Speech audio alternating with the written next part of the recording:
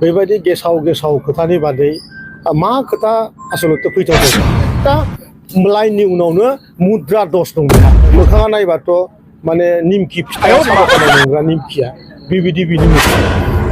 रेसपन्सिबिलिटिया पलिटिकेलाव दान्थिया बारानिफ्राय बारा दा बिटिसि बिसाय कौटिया खाथिनिफ्राय खाथि सौफैनाय लोगो लोगो दा बिपिएफ आरो इउपिपिएलनि गेजेराव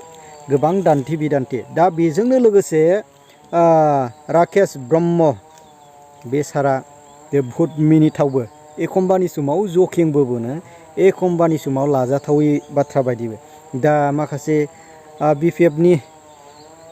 जे लाइमोननि जे दैदेनगिरि मानबिदि जेन'बा आदा कास्टुम बसुमतारी मा बे रावखौ माबायदि बुंदों मिनिथावबो बा निमखि भाषायाथ' मोनसे बर' राव बहुद लाजाथावै गाज्रि भाषा आरो मुद्राया मोनसे जेनेबा मुद्रा होनदों प्रहलाद ब्रह्म आदाखौ बे मुद्राया मोनसे जे बाथ्रायाव लिरनायाव माखासे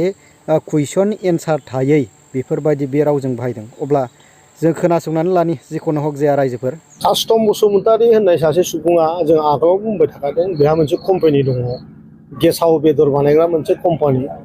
आरो बे कम्पानिनि मालिका कास्टमाबो गतिके बिथांनि ब्रेनाव बेबायदि गेसाव गेसाव खोथानि बादै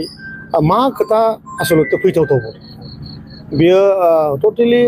माने आनसोशलिस्ट आरो ससाइटिजों जेबो मोनसे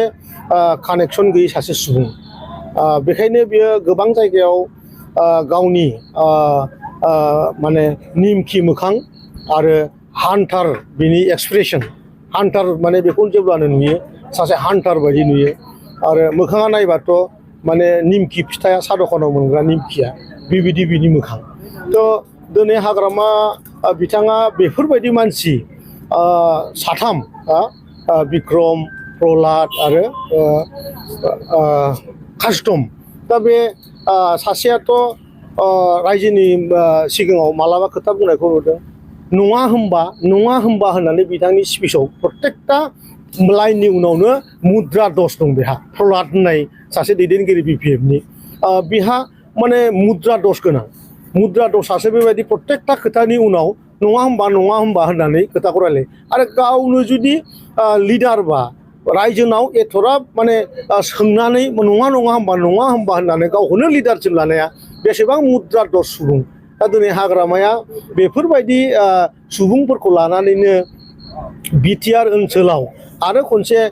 दैदेननो सिमां लानाया बिराद जाम्बाफोरनि मोनसे माने जाम्बा आखुफोरखौसो देखायगासिनो दं आरोखि बेवहाय आङो मोनसे खोथाखौसो एसे माने दुखु नांदों बेनो जाहैबाय मुसलपुरनि समस्तिनि रायजो राजाखौ बियो जाम्बा होनदों माने मुसलपुराव जाम्बा मानसिफ्रासो भट होयो होननानै दा गतिके बिनि फिन साजाखौ फैगौ बिटिसि निर्बाचनाव मुसलपुरनि रायजो राजाया बिटिसिनि भितरावनो बांसिन हाइएस्ट भट